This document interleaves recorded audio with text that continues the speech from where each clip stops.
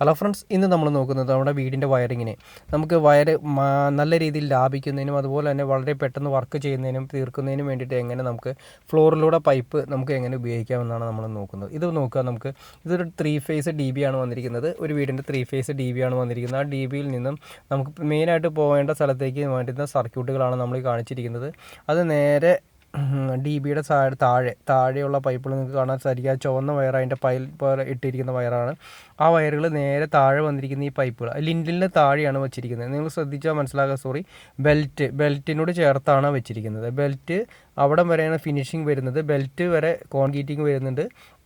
ബെൽറ്റിൻ്റെ മുകൾ വശം വരെ കോൺക്രീറ്റ് വരുന്നുണ്ട്. അപ്പോൾ ആ കോൺക്രീറ്റിൻ്റെ അകത്ത് പോകുന്ന രീതിയിലാണ് നമ്മൾ പൈപ്പ് വെച്ചിരിക്കുന്നത്. ഈ പോകുന്ന 5 പൈപ്പുകൾ 5 സർക്യൂട്ടുകളായിട്ടാണ് ഡിവൈഡ് ചെയ്ത് പോകുന്നത്. നിങ്ങൾക്ക് കണ്ടറിയാൻ പറ്റും. കണ്ടോ, ഓരോ സ്ഥലത്തും ബെൽറ്റ് വരുന്നുണ്ട്. ബെൽറ്റ് കട്ട് ചെയ്തിട്ട് ബെൽറ്റിൻ്റെ സെയിം ലെവലിൽ നിൽക്കുന്ന രീതിയിലാണ് പൈപ്പ് കൊണ്ടുപോയിരിക്കുന്നത്. ഫ്ലോറിലൂടെ പൈപ്പ് നമ്മൾ കൊണ്ടുപോയിരിക്കുന്നത്. അത് അങ്ങനെ തന്നെ ചെയ്യണം. നമ്മൾ ഓൾറെഡി ഫ്ലോറിനേക്കാൾ പൊങ്ങി ഒരിക്കലും പൈപ്പ് വരാൻ പാടില്ല. ഫ്ലോറിനേക്കാൾ, അതായത് നമ്മുടെ ബെൽറ്റിനേക്കാൾ പൊങ്ങി ഒരിക്കലും പൈപ്പ് വന്നു കഴിഞ്ഞിട്ടുണ്ടെങ്കിൽ തന്നെ അത് പൈപ്പ് കൺസീൽഡ് ആവില്ല. ഇതിപ്പോൾ ഈ ബോക്സിലേക്ക് വയറിങ്ങിന് കയറിയിരിക്കുന്ന പൈപ്പാണ്. ഇതിപ്പോൾ നമ്മൾ മൊത്തം ചുറ്റി കറക്കി വെട്ടുന്നതിന് എളുപ്പമായിട്ട് നമുക്ക് ഫ്ലോറിലൂടെ പൈപ്പ് ഇട്ടുണ്ടെങ്കിൽ നിസ്സാരം ആവശ്യം വരുന്നുള്ളൂ.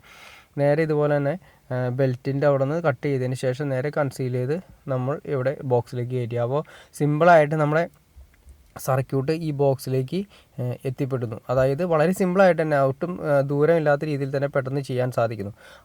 ഇത് ചെയ്തിരിക്കുന്നത് അതായത് ബെൽറ്റിൻ്റെ ബെൽറ്റിനോട് താഴെ വരുന്ന രീതി, അതായത് ഫുൾ കൺസീൽ, അതായത് കോൺക്രീറ്റ് ചെയ്യുന്ന സമയത്ത് ഈ പൈപ്പ് മൂടിപ്പോകുന്ന രീതിയിലാണ് ചെയ്തിരിക്കുന്നത്. നിങ്ങൾക്ക് മനസ്സിലാക്കാൻ സാധിക്കും. ഇത് ബെൽറ്റാണ് വരുന്നത്.